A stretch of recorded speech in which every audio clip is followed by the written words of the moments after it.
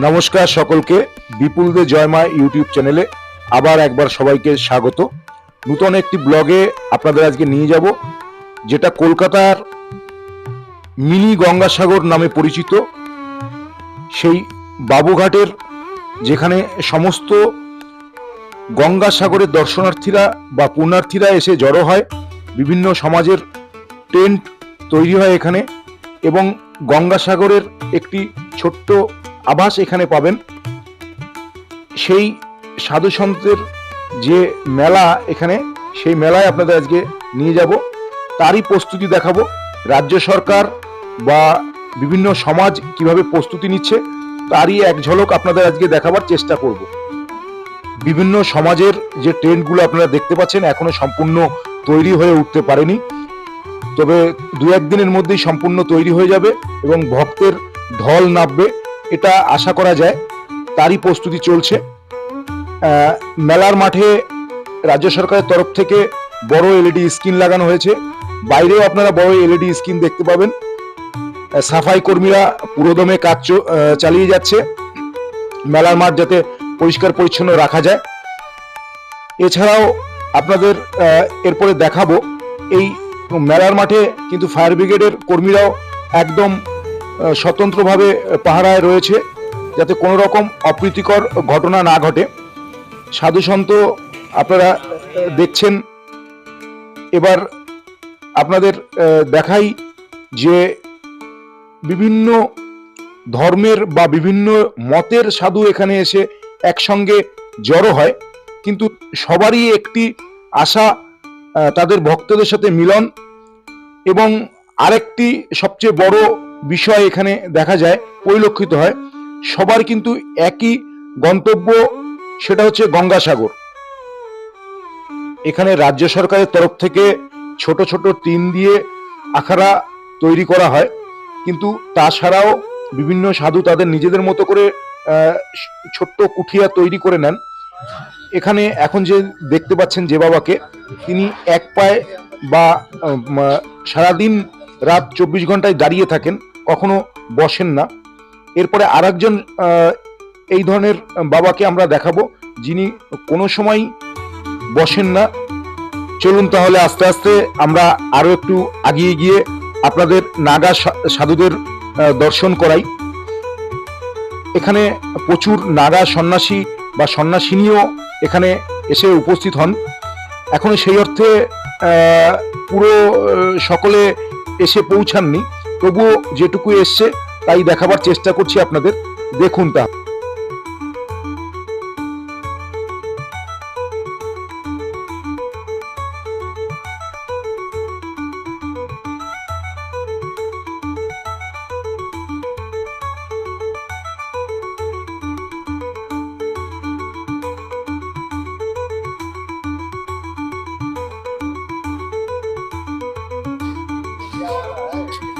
মেলায় এলে আপনারা এরকম দোকানি যারা পসরা নিয়ে বসেছে তাদেরও দেখতে পাবেন, আপনারা চাইলে জিনিসও কিনতে পারেন।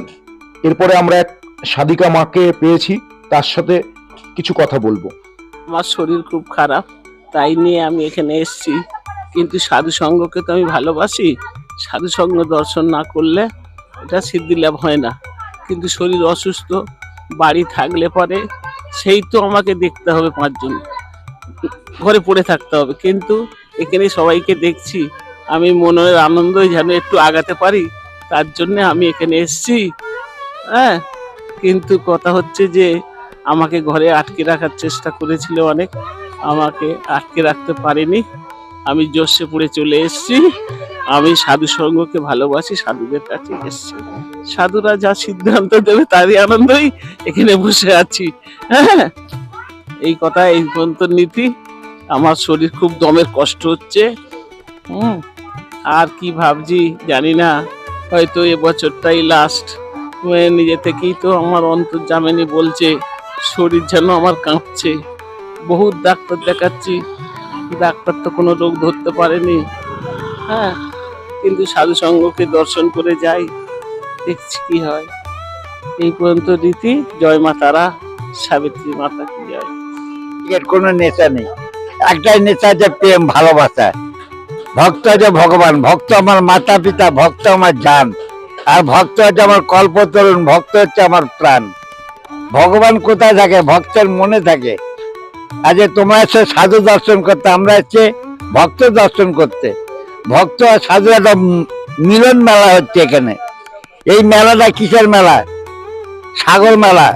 তা কেন হচ্ছে? বাবা কপিলমুনি সাধনা করে সিদ্ধি লাভ করে। তা কপিলমুনি সাধনা করে সিদ্ধি লাভ করে, যার জন্য আমরা আছি সাধনা করতে। যদি আমরা কিছু পাই তবে তো ভক্তকে অনুদান করব। কারণ ভক্ত যদি ভালো থাকে, সাধনা না খেয়েও শান্তি পাবে। বলো বলো সনাতন ধর্ম কে? বলো বলো সনাতন ধর্ম কে? কামাখ্যা মায়া কে? কামাখ্যা মায়া কে? তারা মায়া কে? ভক্তবাসে কে? ভক্তবাসে কে? ধরতি মা।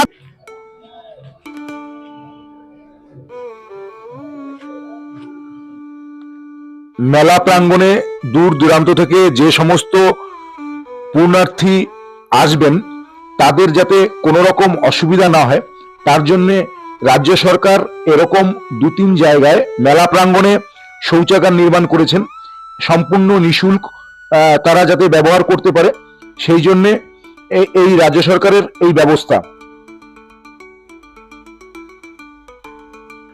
মেলা প্রাঙ্গণে যে সমস্ত তীর্থযাত্রী আসবেন দূর থেকে তাদের থাকবার ব্যবস্থা এবং তাদের যাতে কোনো রকম খাবারের অসুবিধা না হয় বিভিন্ন সমাজ তাই ভান্ডারার ব্যবস্থা করেছে। এই সকল ভান্ডারা দিন রাত 24 ঘন্টা তাদের কাজ করে চলেছেন। দুপুরে খাবারের ব্যবস্থা এবং রাতের খাবারের ব্যবস্থা এই সকল ভান্ডারা থেকেই এই তীর্থযাত্রীরা পেয়ে থাকেন।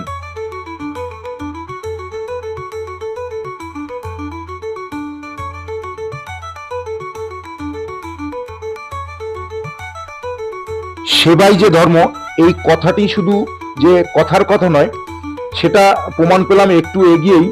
মেলার মাঠে এক ধর্মপ্রাণ ব্যক্তি, তিনি একটি রুটির অটোমেটিক রুটি তৈরির মেশিন লাগিয়েছেন এবং সেখান থেকেই যে সাধুসন্ত বা যারাই আসছে তাদের রুটি এবং সবজির এই বিকেলে টিফিনের ব্যবস্থা করছেন। এটা রাত অবধি চলে। আমরা দেখতে পাচ্ছি রুটি, সবজি এবং আচার এটা তারা সর্বক্ষণ দিয়ে চলেছেন। এটা তারা সেবা হিসেবে গ্রহণ করেছেন।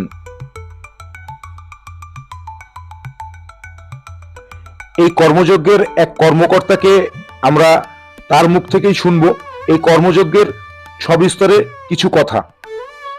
25 থেকে আমাদের এই খাওয়া বিতরণ হচ্ছে, আমাদের সেবা করা হচ্ছে। আর যে এটা করাচ্ছে ওনার নাম হলো সিদ্দিকা জালান। আর এইটা চলবে আপনার 16 জানুয়ারি পর্যন্ত হবে এখন। হ্যাঁ, এটাই আমাদের এখন অল টাইম ডিউটি হবে। আর সেবা করতে থাকবো গরিবজনের। হ্যাঁ, অনেক দূর দূর জায়গা থেকে আসছে। আর দেখতে পাচ্ছি আরো কিছু যত দিন চলে আসছে স্পোর্টস সংক্রান্তিনে চানের জন্য, তার সাথে কিন্তু আরো কিন্তু ভিড় বাড়বে। আমরা আরো চেষ্টা করবো আরো বাড়াতে পারি, যে মানুষকে আরো সেবা যদি করতে পারি তো খুবই ভালো হয়। হ্যাঁ, এটা ঈশ্বরের দেয়া জিনিস, আমাকে সেবা করতে পাঠিয়েছে, আমি কিন্তু সেবা করব। ঠিক আছে, খুব ভাগ্য করে পেয়েছি আজকে এই ডিউটিটা আমি। আমরা এখন পৌঁছে গেছি ট্যাংরা বিশ্বকর্মা সমাজ এই টেন্টে। এখানে এনারা একটি মহৎ উদ্যোগ নিয়েছেন, সেই উদ্যোগ একটু পরেই আপনাদের দেখাবো। এখানে ফ্রি লকারের ব্যবস্থা করেছে এই সমাজ, আপনাদের সেই লকারও দেখাবো, দেখতে থাকুন। আপনারা যদি যাদের লাগেজ বেশি হবে তারা এই সমাজে এসে তাদের লাগেজ জমা রেখে মেলা গঙ্গাসাগর ঘুরে এসে আবার লাগেজ নিতে পারেন। প্রতিবেদনটি যদি ভালো লেগে থাকে তাহলে অবশ্যই চ্যানেলটিকে একটু সাবস্ক্রাইব করে রাখবেন, সঙ্গে থাকবেন, বেল আইকন অবশ্যই টিপবেন যাতে পরবর্তী ভিডিও সবার আগে আপনার কাছে পৌঁছায়।